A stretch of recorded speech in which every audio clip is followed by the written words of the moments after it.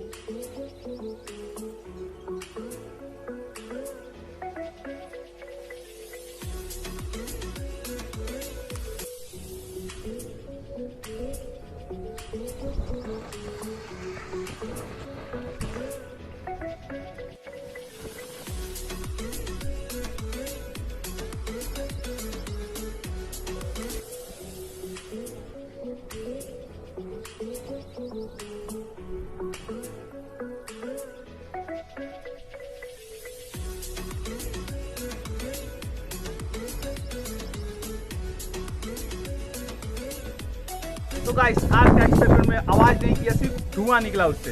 Guys अगर video अच्छा लगा हो तो एक लाइक कर दे और साथ में चैनल को सब्सक्राइब भी कर दे। तो मिलते हैं आपको नेक्स्ट वीडियो में, तब तक के लिए थैंक यू।